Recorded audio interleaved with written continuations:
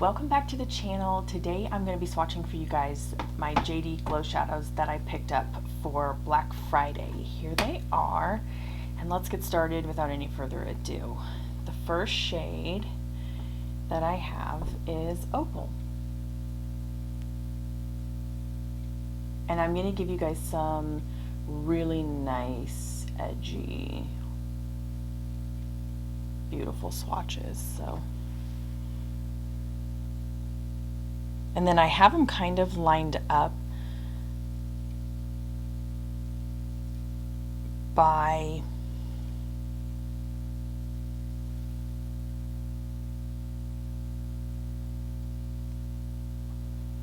there we go.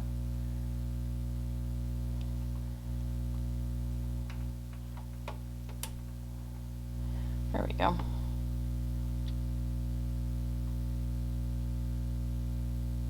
This is Opal. It's got a pink base and shift to it with a turquoisey blue shift. I'm gonna go ahead and kill one of my lights here so we can get like a nice reflect going on.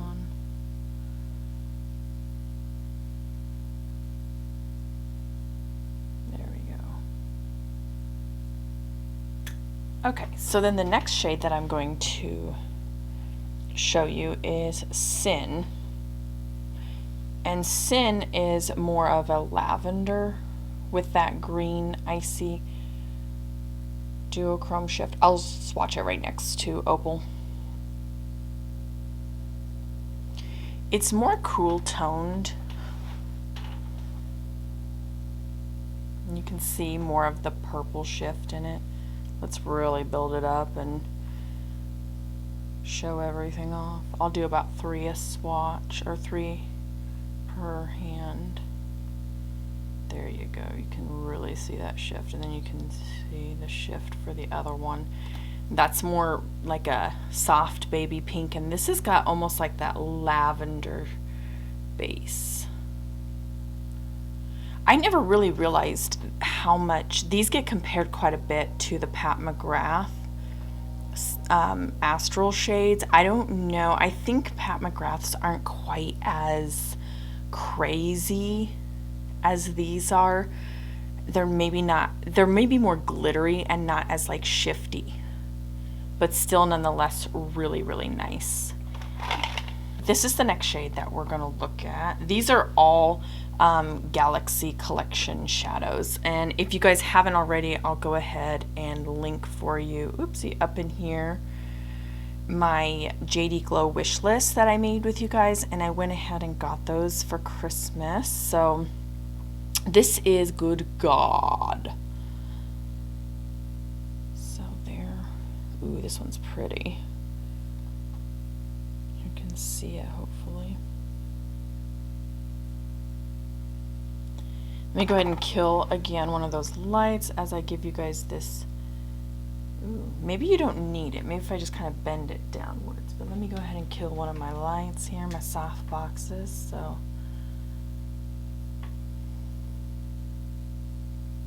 you guys can see the shiftiness. This has got, I would say this is the most astral from the Utopian Dreams of Pat McGrath, but it's kind of got that almost clear translucent base. You can see it here. Almost clear translucent base, and then it does have kind of a blue, baby blue to pink shift on it. I'm not getting the pink in here. Boy, let me see. There needs to be more of a bend. Just a moment. Let's build it up, because I think the pink comes out on a built up swatch. There we go.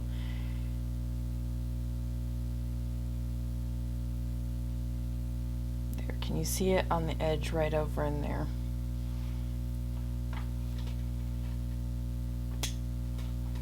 Sometimes light can really affect these swatches. There you go.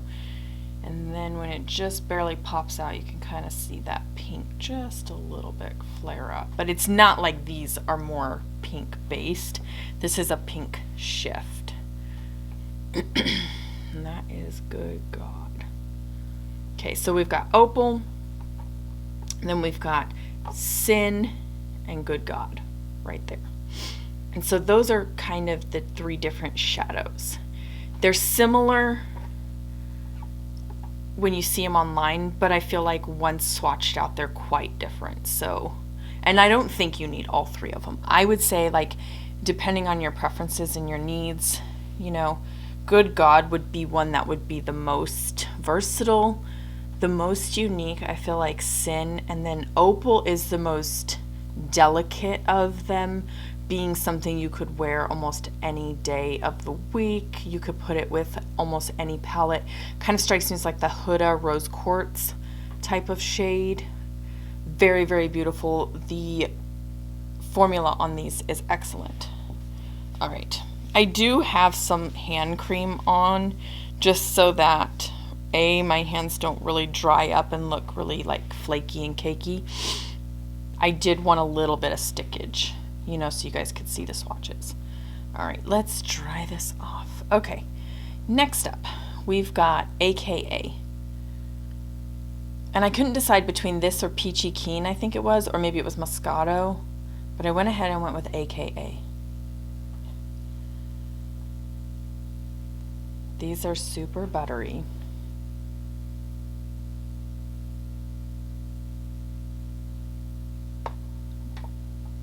These aren't really going to be as close, I feel like. There we go. This is like a fuchsia pink with a gold to, I would say green is kind of a stretch. It's a nice gold shift. Maybe kind of like a lavender. A touch of lavender in there. Let me go ahead and see if I can't kill one of the lights. Depending on what type of shade it is, sometimes they do better. Yeah, but that's a really, really pretty. It's very feminine, very like pink. I didn't expect this much pink. I don't know why. I know on the swatches online it shows very pink, but for some reason I didn't think it was going to be quite this pink. It looks very pink on my complexion. So that is AKA. And then I want to show you Insane, swatched out. I'm going to go ahead and keep this light over here, Kilt. This one here, Insane, is very beautiful. It's purple with an indigo violet shift on top. You can kind of see that in the pan. And then I'm going to swatch it for you.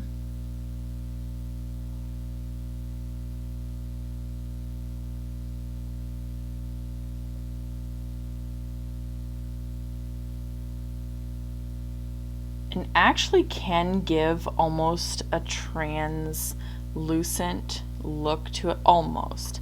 When I went like that and really dipped it down, it kind of did have, yeah, just a little bit of a translucent, and then it comes into that shift of that nice like violet indigo. You can really see the shift on it now.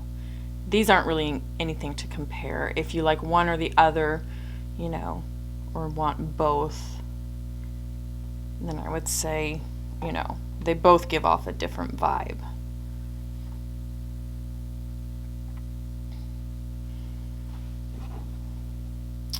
Okay, and then the next one here, actually I think, yeah, this one is white gold. This is a gifted JDGlow shade from one of my subscribers, and it is from the Metallion collection. So it's not actually going to get swatched with the rest of these because these are galaxy shifters. So I'll go ahead and wash off these swatches real quick for you. So get a nice look-see.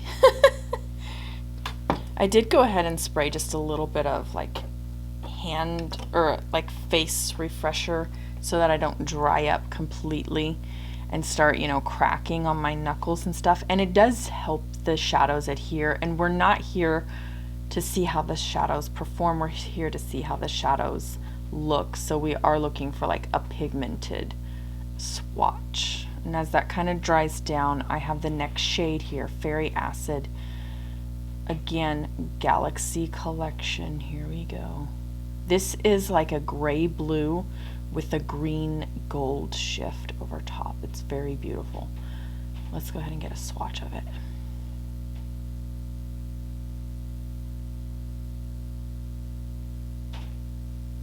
Do you see that?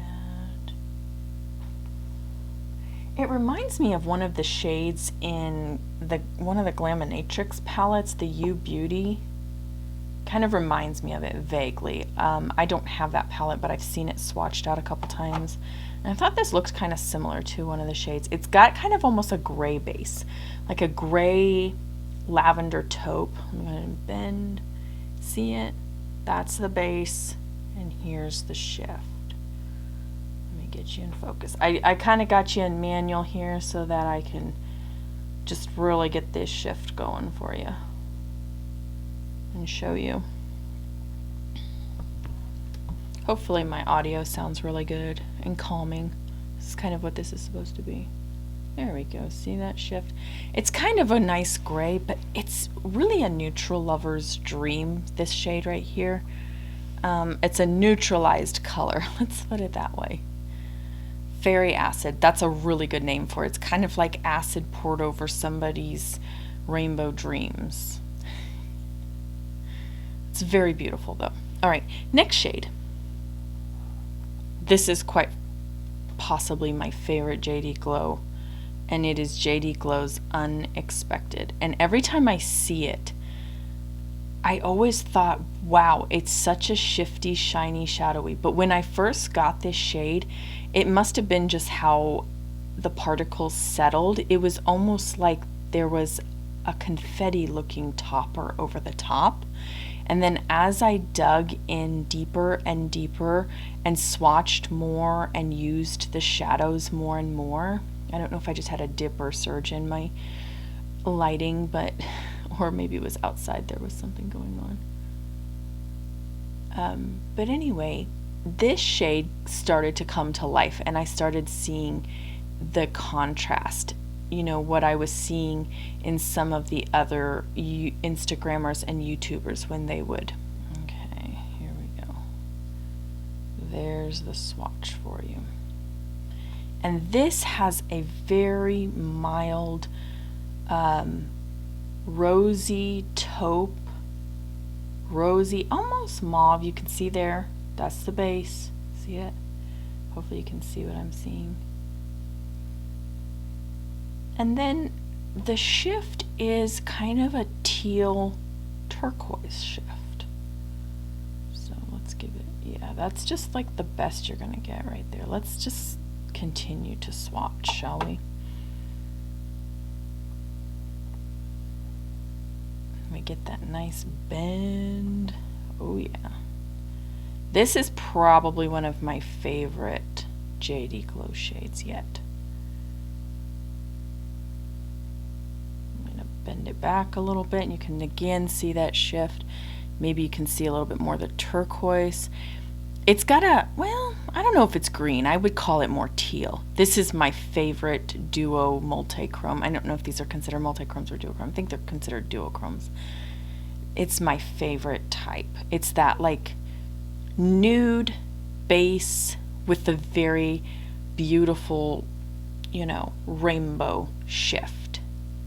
It's a peekaboo duochrome is what I call them, because when you put it on the lid in specific lightings, it will look just like a nice glossy lid, but then in the sunlight or when you have a bend and, you know, kind of a break in that lighting, you'll be able to see those shifts come to life and really transform the look to something that's just, you know, unparalleled. All right. And let's go ahead and take a look at the last shade that I bought, and that is the Galaxy Collection Shadow 365. This is the most different out of all of them, and it is probably one of the most beautiful shades that I have. It is kind of a different texture, if you will. It looks like the mica or the pigments are a little bit larger, and they're also kind of almost a tacky. A bit of tackiness is in there. I'm hoping that I'm in focus.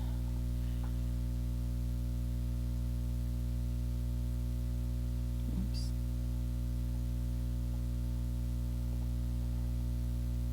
You can see it. This has, again, a reddened base. Ooh. With a green, an antiqued gold shift to it, shifting down into a lime. You can see it. And I still have a few more minutes before my timer goes off, so I want to show you guys a swatch of a shadow in one of my palettes that I think you'll be highly surprised to see it compare to. You knew, didn't you? I had a feeling all along. Yep, this shade right here in the gold palette, it is Brass, right there.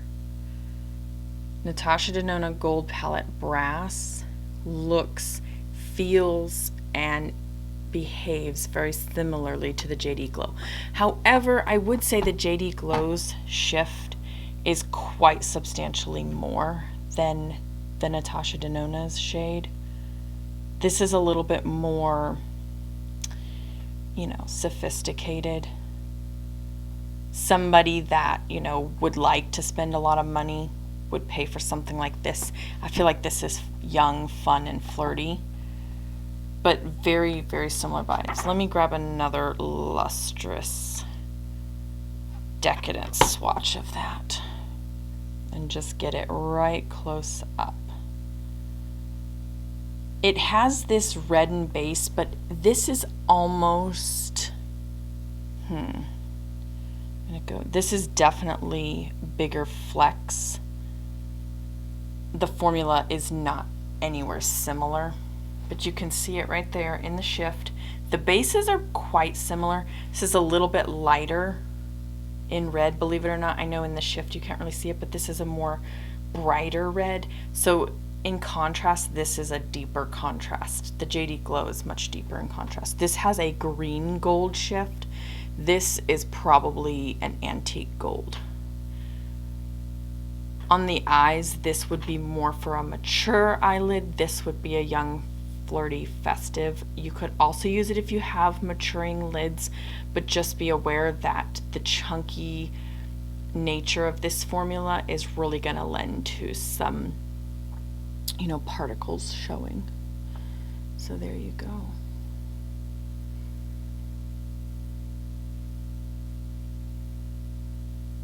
And those are the two that I have. I don't think anything else. I haven't really paid much attention to these are very, very, very unique shadows. That's why I ended up purchasing them this year for, well, actually last year. I bought them in 2021. And I will be starting a series soon where we'll kind of go over my budget and then also talk about my Nothing New 22, my endeavors to basically stop purchasing this type of stuff.